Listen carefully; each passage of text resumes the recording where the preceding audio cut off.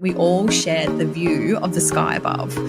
Again, it's that perspective sharing. It's taking yourself out of thinking about everything's about me and it's all my own troubles. And I suppose kind of putting yourself in the grander scheme of things and going, well, I'm part of this grander ecosystem and I can shift my perspective to not be so self-centered and be more community orientated.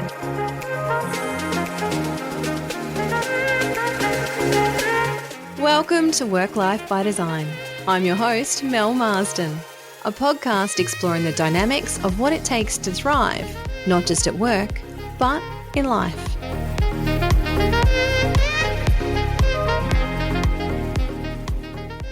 So I am joined here again today by my beautiful friend, Dr. Meg Hooper, who is the founder of Carousel Consulting and a psychologist, and we're going to have a very interesting conversation today. Thank you, Meg. Thank you. This is more of a meandering conversation today about a topic that I'm highly interested in, and I bring a bit more of the kind of woo-woo side of things to this conversation, whereas Meg brings a very much more of a scientific approach.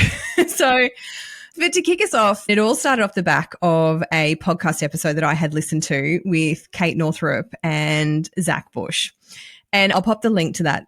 The conversation centered around this particular podcast, and I found it absolutely fascinating. And I took several pages of notes from this particular episode. The premise of it was he was talking a lot around nature deprivation. And this is something that I'm particularly interested in. But what he was saying was scientifically that with nature deprivation, what we're actually doing is we're losing mitochondrial density more quickly. So mitochondria are the little energy cells that live, like they're little cells that live within our cells. And what he was saying was that with that, it leads to the collapse of our microbiome as well. And that's, of course, something else that I'm highly interested in, having been through all my own personal gut issues and adrenal fatigue. But what he was saying is that that decline in the microbiome is also being contributed to because of the fact that we're not swimming in the oceans anymore, that we're not breathing in the air as much, and we're not, getting our hands dirty and playing in the dirt like we used to, like when we're growing our own vegetables and gardening and those sorts of things. And he's saying that with this diminishing microbiome, it's reducing the amount of mitochondria that we have in our cells, which are effectively our life force and our energy. And one of the really interesting things that I found fascinating about what he said was that as mitochondria are our energy, and there's about 200 of those mitochondria per cell. So that's a lot, like 200 of these little guys in every single cell within our body.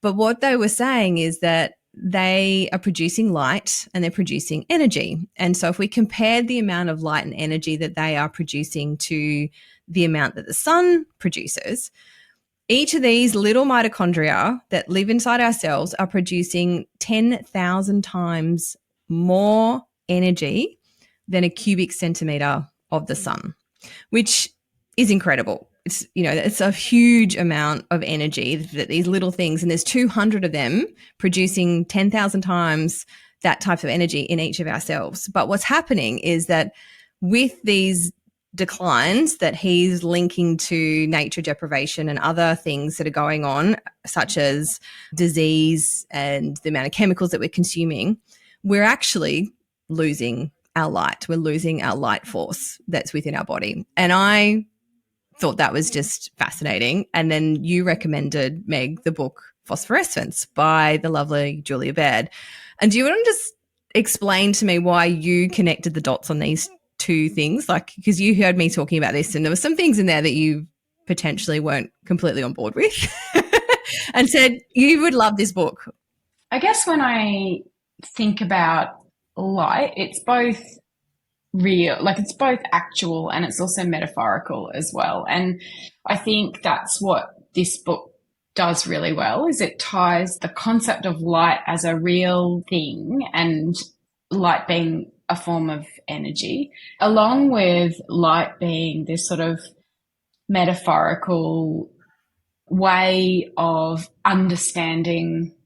Maybe mental health is the best way to, I don't think that's exactly the term that I mean, but a sense of wellness, a sense of being that is where we're flourishing, where we feel like we are being our best selves, as a really clunky way to put it. But when I hear you talk about these things that you discovered, which have, there's so many biological reasons and microbiological reasons why the mitochondria work the way they do, but also then respond to our environment and, our behavior over time absolutely influences the amount of microorganisms we're exposed to.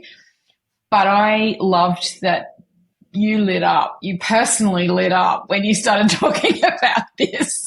And it was like me with my old modernist science head going, well, that's just biology, isn't it? But then watching you light up and knowing that there was something more than just understanding biology there. It was about the parallels that you drew between knowing this new thing, but also your own experiences with health, your own experiences with mental health. And I just knew that this book was like right down the middle, like hit the sweet spot, I think is what I'd say. Yeah. And I think it absolutely did. I devoured this book and I completely loved it. I have recommended it. I have referenced it in my work. It actually came at the perfect time. I was working with another client who used the phosphorescence as a metaphor that underpins the entire concept for this particular project. And what I drew from it. So the subtitle of the book is On Awe, Wonder, and Things That Sustain You When the World Goes Dark. And this book is really about understanding what it is that gives us joy, where we find awe and wonder in the world, and what it does for our own sense of well-being and mental health, and how we can continue to draw on that when things aren't going so well through illness, relationship breakdowns, or any myriad of other things. And she explores a range of different scenarios through the book and tells a lot of very personal stories, which I found really lovely to kind of connect and understand the context in which she was speaking to. And just as an aside, it's beautifully written and some absolutely lovely turn of phrase in there. When I was researching to understand then, well, how can I actually particularly apply this? If I'm talking about this very ethereal kind of concept with a client and trying to connect it from this metaphor, I did my own research and I was looking up, well, what does phosphorescence actually mean? The dictionary terminology for it is that it's absorption of radiation, such as light or electrons, that continue to emit beyond the source of the radiation. So basically, if we're absorbing light, turn the light source off and it continues to glow effectively, and we're continuing to sort of re-emit that.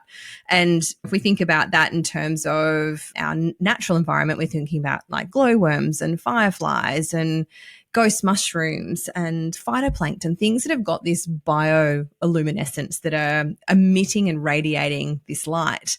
And there's a turn of phrase that she uses in the book, and she says, for me, these lights are the perfect metaphor for flashes of life in the middle of the dark, or joy in difficult times. And I just thought that was a really beautiful way of explaining this concept, is that the idea is that we're taking these things from nature that bring us joy and awe and wonder, and we're holding on to them so that when things aren't as glowy, that we have this opportunity to kind of radiate this light and source this from our own internal bank that we've got stored up. And I just thought that was a really lovely way of kind of communicating and radiating our own light back out into the world when it's not so great and there's no light being shone in.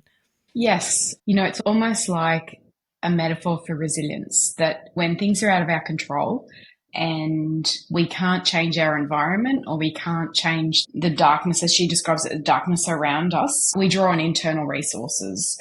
And that those internal resources are, as she describes it, as a form of light.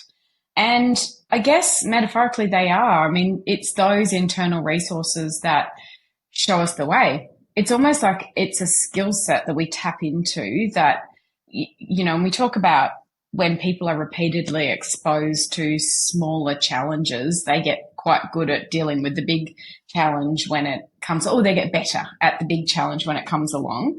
And I wonder whether that's what it is, that as humans, we encounter things along the way that build our stores or build the skills and resources we've got to have that internal light, to sort of draw on those internal resources when we need them. But the other thing is and this is something that I got from this book as well, we only get those things when we practice it. So she talks about exposing yourself to these things. We only get those resources and that light when we get a chance to sort of experience it repeatedly.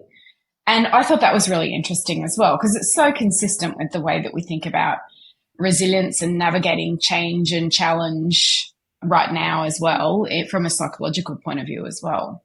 Yeah, absolutely. And I really resonated with it too, because you have to go out and build that reserve and have that store. And she quotes a number of different studies that were captured. One that I particularly found really interesting was that they did an 80-year study starting back in 1938, and they followed these people around, and they found that the number one thing that contributed to someone's health and well-being and longevity was social contact and relationships, hands down. Like, that was the greatest predictor of their health and happiness throughout the course of their life. So there's those things there. And then there's many other things that have contributed to that. And particularly for me, I'm quite interested in the way that she talks about that piece of light and how it is about, we have this inner light. And this sort of tied back to the comments that were in the podcast from Zach Bush, is the fact that humans do actually glow. So in 2009, they did a study in Japan, and they found that human beings do actually emit light. We glow, which I thought was beautiful. But the thing is, we can't see it because it's 1,000 times less than the sensitivity of our own naked eye. So we can't visually see this, the fact that we glimmer and we glow, which I thought was just beautiful. You know, we are balls of energy and balls of light, but we've got to nurture that inner light. And this is the other thing that she talks about, is that the science of happiness and its biological effect is actually there in terms of our bodies. And to sustain that happiness, it is about re-emitting those lessons that we absorb in the sunlight when things aren't going our particular way. And I think that just kind of ties everything that we've been talking about into how to bring it all together. But I suppose, what are the ways that we can go and continue to fill that cup and build that reserve, so that when things aren't in that glowy sort of state and we are in a bit more of a darker, where, you know, things aren't great at work or at home, or, you know, darker state, what can we do to start to build those reserves so that you think that we've got that there when we need it? It's really easy to be resilient, and it's really easy to navigate life effectively when things are going well. When I say easy, I mean relatively. It's easy. And it's easy to flourish when everything in your environment is going well. But that's also the time where we need to be practicing the things that sustain us. And the things that sustain us are the things that, you know, many of them are the things that she talks about, building that reserve, those resources. And we know from models of resilience that social connection and social, both the quality and the breadth of it as well. So the more connections we have, the more likely it is that those connections are going to sustain us, but high quality connections as well. Definitely tapping into a sense of purpose. So she doesn't call it purpose necessarily, although she touches on it so many times, to say, you know, reflecting on what your life is about. And Julia Baird has had breast cancer multiple times, using that as a way of reflecting on what's important to her. That sounds kind of like I've simplified it, and I totally have simplified it, but it's drawing on the things that she's built up over time, like that sense of purpose that she established over her life. She's also has a really strong faith. And I don't have a faith, but what I loved about the book is that it didn't matter. It's more that she doesn't draw on the supernatural to be her faith. And so that faith gives her a sense of purpose and meaning and a way of understanding the world. And if you don't have a faith, like someone like me has to find that in other ways, but she gives you access to that in this book as well. The other thing she gives you access to is, and as a psychologist, we would call this sort of reframing or finding ways to look at things in perspective. I can't remember if she talks about it in the book or not, but when astronauts go into space and they see the Earth and they look at Earth in perspective, and all of a sudden their mindset shifts like on a dime. And I think that's a really classic cognitive psychology reframing technique to put your own troubles and your own challenges in perspective of the world. So there's loads of things that we can personally do to build those resources. A lot of them come from psychology, but I also think just humility. That is the single biggest message I get from Julia Baird's book, is that humility comes in all forms and we have to be really open to it. A question for you though, do you think this book would have made an impact at a different time in your life? Good question. Perhaps not the same impact, but definitely would have contributed to my perspective on things. Absolutely. Because there's so much content in here that really speaks to the philosophy that we embody with community around fostering that sense of connection where people feel like they belong and building that sense of community. And the thing that when you were talking then was what comes to mind is that letting go of ego, you know, in terms of that humility, because the piece that she speaks to in here is really about when we shrink ourselves in importance, our desire to care for and look out for and feel connected to those around us significantly increases. So that example you gave about the astronauts looking at Earth is you start to realize how insignificant you are in this galaxy when you start to think about how grand things are around you, like just the sheer scale of things and the sort of, I suppose, the infinityness of the galaxy that goes around you. One of the other studies that she referenced in there was just spending time looking up at really tall eucalyptus trees actually increased your chances of looking out for and helping someone else, because again, you are shrinking yourself in scale to the world around you. And there was a great campaign that happened sort of early 2020, and it was called Look Up. And it was by Dr. Fiona Kerr. She's a neuroscientist out of Adelaide. And she was on this campaign of looking up and just basically feeling that connection to so many more things and things that were so much more beyond us, is that we all shared the view of the sky above. And I think it's, again, it's that perspective sharing. It's taking yourself out of thinking about everything's about me and it's all my own troubles, and I suppose kind of putting yourself in the grander scheme of things and going, well, I'm part of this grander ecosystem and part of this bigger network, and I can shift my perspective to not be so self-centered and be more community orientated in that way. So I think there's a lot of context in this book that I have drawn on that resonated and reflected a lot of my own views, I think, too, in terms of community. But there were some really great examples, I think, of other elements that helped me kind of connect the dots that potentially I hadn't previously connected. It's almost like you need to be prepared to be humble. So you need humility to make it work for you. And when I say make it work for you, I mean, you know, you need to access all of these social connections and social resources and these perspective setting sort of experiences, and things like awe probably are only as effective as you are humble enough to let them be. And I wonder, and I reflect on my career as well, and I think it probably wasn't until because I think there's a fine line from the outside, there's a fine line between operating from a self-centered fear base and operating, which could look like humility, but actually comes from a very different place. So from the outside, it looks like humility in that, you're not grandiose in any way, or you're not self-serving in any way, or you're sort of self-deprecating to some extent.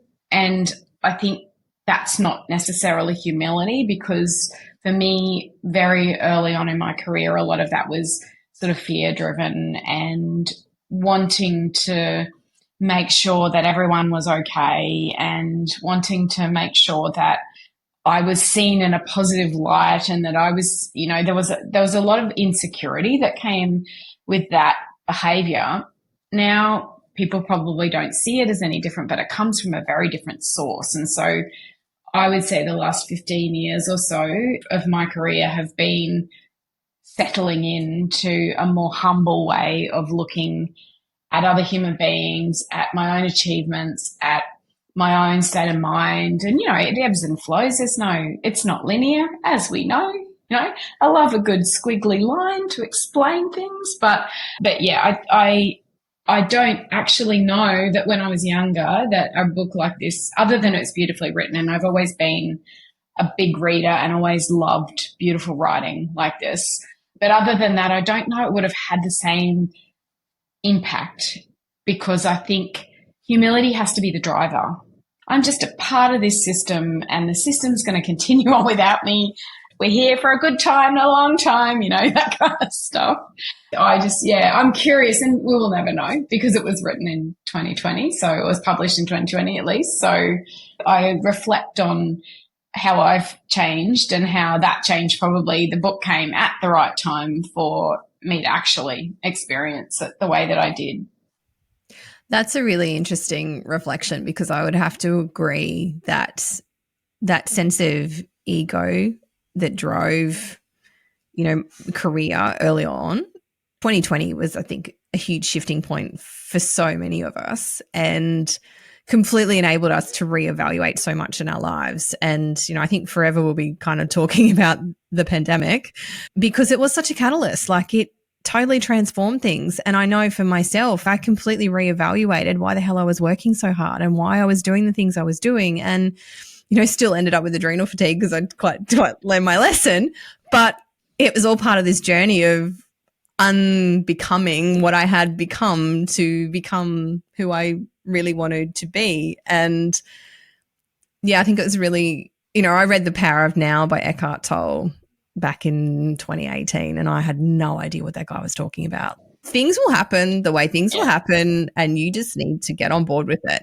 I think even probably in the last 6 months, my concept of my sense of control over things has shifted hugely again. Like, the way that my internal state feels does not actually influence my external state whatsoever. So I can be running myself ragged, having as much internal deprecating self-talk as I like about situations that are happening outside of me, but it makes no physical difference to the external reality. It doesn't change anything. It doesn't progress it. It doesn't make it better.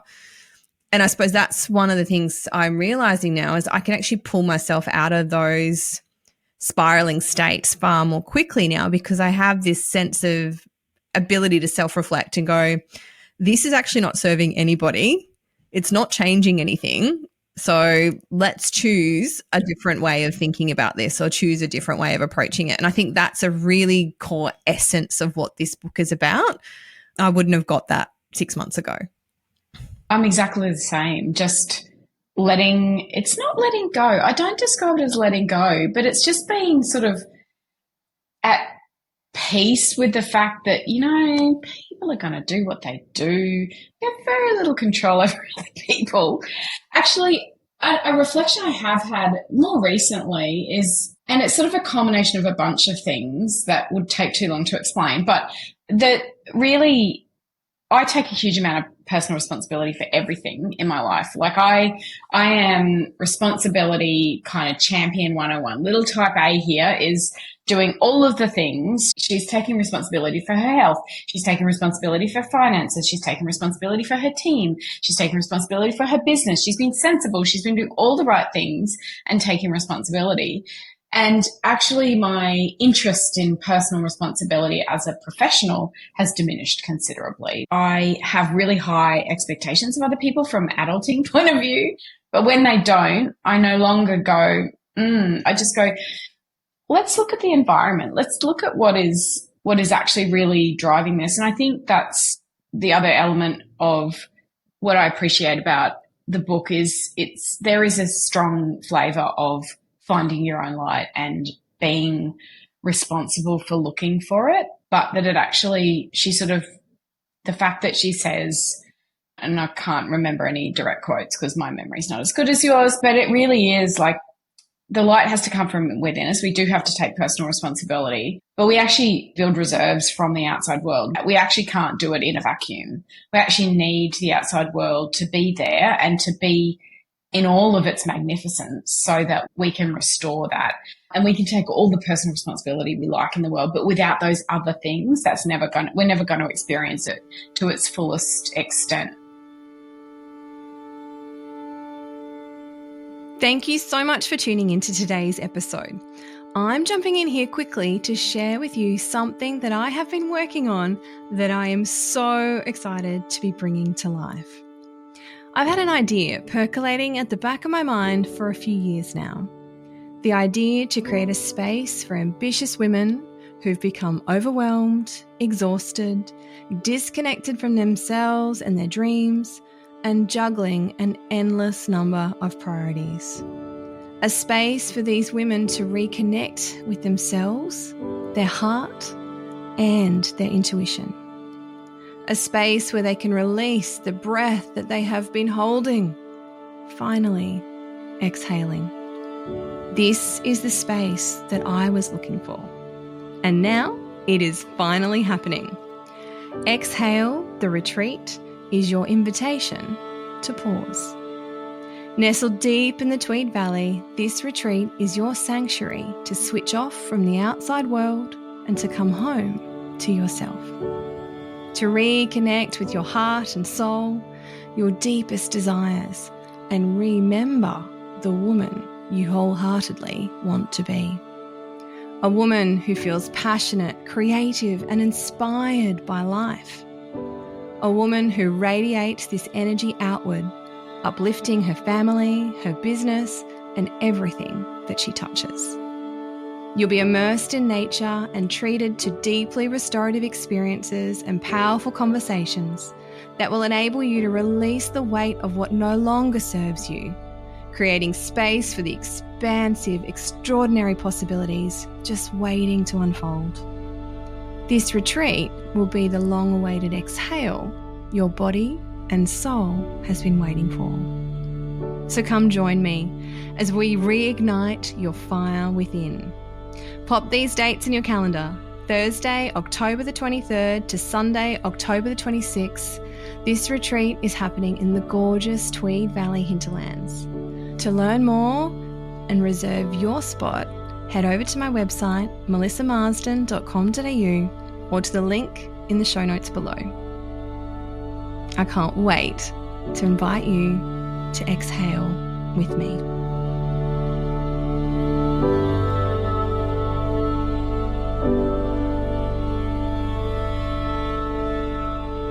I was thinking about what you were talking about before when you said, that looking up. And I wonder if this is the same for you in your work as well, is that organizations have to be structured in a way, and I don't mean organizationally structured as in the org chart. I mean, they have to create environments where looking up is just the way that we do things, because it's not just us not looking up and looking at the sky as individuals. It's actually this collective kind of, where do we look? Do we continue to look down and wrap our arms around the thing that we are responsible for? Or do we look up and we look out? And I wonder, and it would be really interesting to hear, from your perspective, whether you see that as well, as like organizations who embrace your work or embrace my work, the ones that are more likely to tend to have a willingness or a desire to create that up and out kind of feeling. Yeah, actually, that's a really good way of thinking about it, because I would have to agree is that the organizations that I have seen achieve greater success through the process and the way that they've embraced it have been from those that I would call much more visionary leaders. And I think the qualities of those visionary leaders are that they are not buried in the detail and not focused on one particular thing, but they're looking out across the entire ecosystem and the way that it all comes together, the way it all impacts, and the connectivity between different activities and how they all progress them as a business forward collectively. And I'd also say that those that are doing this really well are those organizations that are really focused on their people, because you can have organizations that are very focused on productivity and performance and the bottom line and client delivery. But at the heart of that, if their people aren't well, if their people aren't happy, if their people aren't connecting well, building great relationships and having those solid foundations, you're never going to deliver on those things. And I find it really easy to identify now which organizations are more focused on their people and therefore then getting the outcomes and the results, and those that are more focused on the bottom line and, direct performance. So I would absolutely agree that those that are looking up and out and at everyone in a collective unity, then they're getting a better outcome from the work that we do. Absolutely. I wonder, and to draw a parallel to the book as well, there is that sense throughout the book that it's a shared experience. Yes, it's a very personal book. And it's actually a collection of essays. So it's not like there's a plot, just in case someone hasn't read it and they're expecting some kind of through line. Not a novel, not a biography. It is a collection of stories, but there's this common thread that goes through it. And it's the shared experience. And I love in the last chapter, she talks about her swim club. She's on her way to Ghana and she sees a friend from her swim club and talks about really desperate to see phosphorescence, or casually mentions that there's phosphorescence, and it's like right down the end of her street. And this sense of shared experience of that, and how much effort her friends put into her experiencing that swimming in phosphorescence was just really beautiful. It was like everyone kind of put all in for her to go swimming in phosphorescence. Yeah, and I get a lot from shared experiences with other people as well.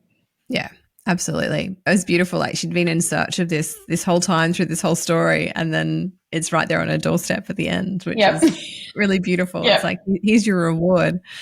Tying this back to that idea of nature deprivation, because I think for me, this is something that has become more front of mind, because as a society, as humans, 55% of us live in cities. And I have no doubt that those that actually listening to this podcast are living in a city. So that ratio would be extremely much higher.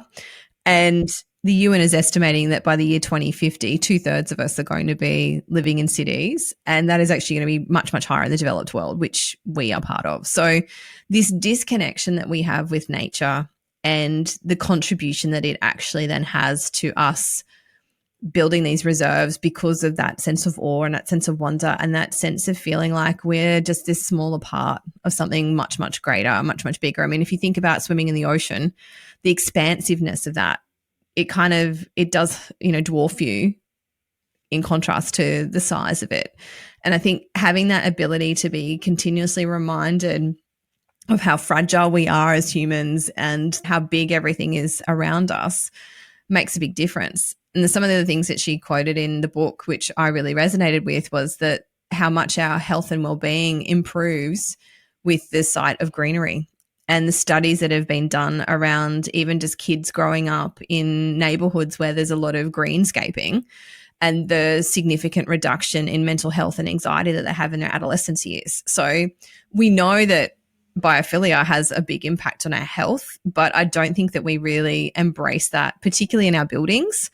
And there were studies that were done as well around just having gardens and plants in our buildings. So the way that we build our infrastructure, like if we are going to build buildings and we are going to live in these urban areas, having access to greenscapes, so plants and, gardens in and around us, improves our mental health. And studies are even trying to improve our concentration. So it is great, from a performance thing, if we're looking at it from a business perspective as well. So we know that this connection to nature, it's inbuilt in us. We came from the bush and we lived in one with nature, and it's only been over through our evolution that we've started to live in these concrete cities. I think finding ways to reconnect with that is going to be a big push that's going to happen in the next 10, 15 years is my guess, just because of the psychological impacts it's having on our mental health, our anxiety, and therefore our general well-being, which is impacting our productivity and our performance.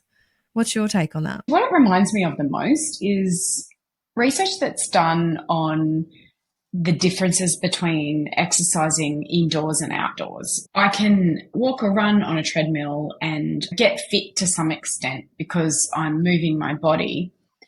But my eyes don't have to constantly adjust to the horizon, bringing it back into our body, the experience, the visual experience of nature. But what's our body's reaction to that? And I think the work that they've done looking at why walking on uneven terrain is actually really good for us, because our eyes are forced to adjust. And you don't get uneven terrain in buildings or on treadmills. You get uneven terrain by walking in a garden path or walking across a lawn, even though those are manufactured and very human made, but on forest paths or bush paths, and walking along sand and the beach. And I guess it's that idea that uneven terrain, not only is our body got to adjust and figure out ways to keep stable while we're doing that, it also visually, our eyes have to keep adjusting and making connections with the ground, and we need to keep looking ahead and predicting what the earth is going to do next so that we can sort of shift and position our body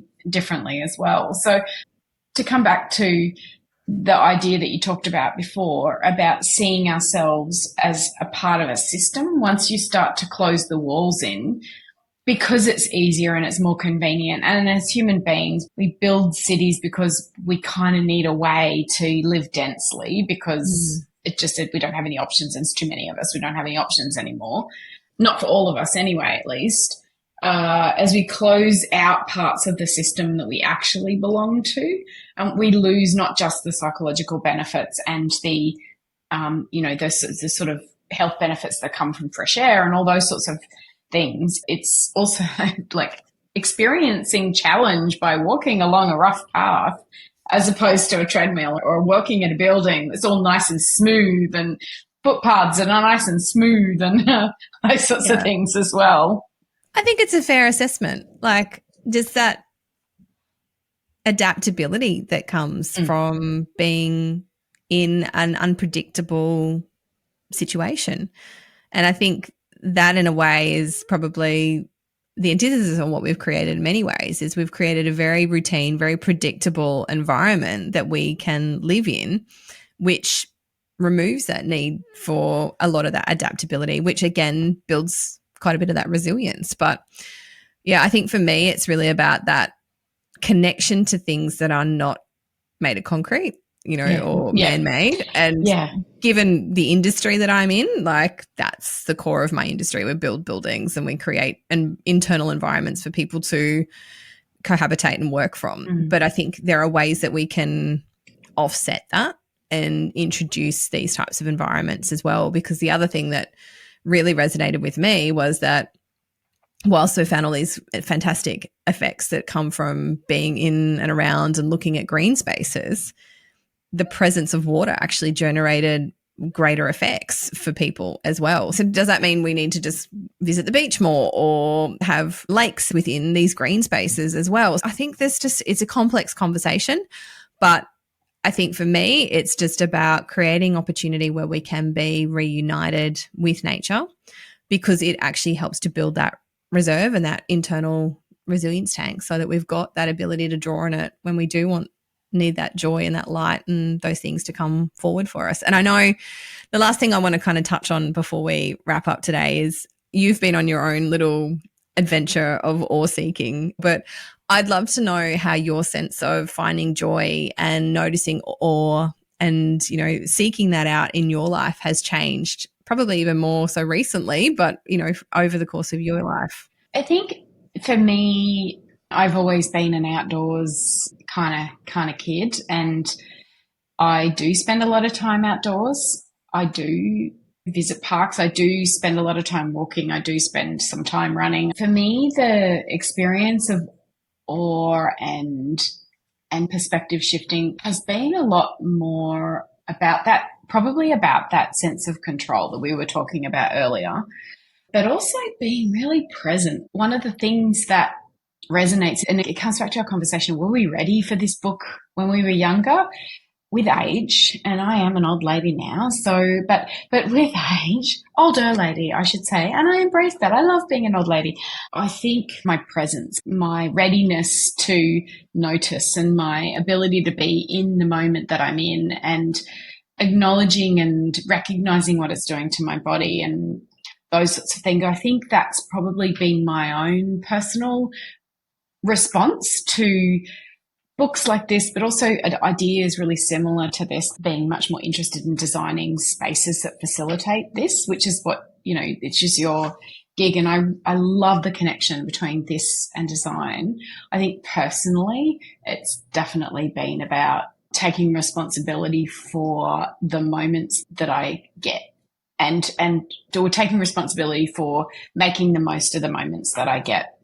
And there's a quote, I can't remember where I heard it, but it really resonated with me. And I use it nearly every day in my journal, or when I'm writing something, or when I'm thinking through something and I'm feeling frustrated. And it's, these are the good days. No matter what, these are the good days. And so you kind of have to make the most of them. And even if shit's going down, what if these are the good days? Then you kind of got to make the most of it. And I think that's probably where my experience of awe and connection to my body and connection to the outside world has really started to play out in probably the way that I talk to myself more than anything. And I would have to say the same in many ways, but I think too, this concept of joy and awe, I would think is probably newer to me, and I don't think I ever actively sought it before, whereas now I'm far more conscious of looking for it. And similar to what you said, if these are the good days, what are those moments? And really being impressed by some of the things that happen in nature and in the world. It's those little moments. These aren't big, grandiose things. And, we spoke about this at the planning day back in January, is that it's those joy moments are actually probably very, very small and very fleeting, but they can have such a profound impact on how we feel about ourselves and our day, and that little memory reserve that we have. And I find that, I think, is probably something that I've become far more aware of, and that contributes a lot more joy and pleasure to my everyday. So I love this conversation. I love this topic, as you can tell, and I absolutely loved this book, and I would highly recommend it to anybody who is interested after our conversation. Go read it. You did say meandering, didn't you? I did say meandering. This was a very meandering conversation, but I think for me, like, the sum of it all is that Phosphorescence is about finding your own inner light and building it, creating your own inner light, and then using it to emanate and radiate it when you need it. It's those resources that we have when things aren't going our way. Thanks for joining me again. Love our conversations. And if anyone would like to continue this conversation or get in touch with Dr. Meg about supporting your organisation and finding ways to build their own resilience and more connected and collaborative teams, Meg is your lady, and I'll drop all her contact details in the show notes so that you can reach out to her and see how she can spark some joy and build some phosphorescence in your business of joy. That's what we're in. I love it. Thanks so much, Meg. Thanks, Mel.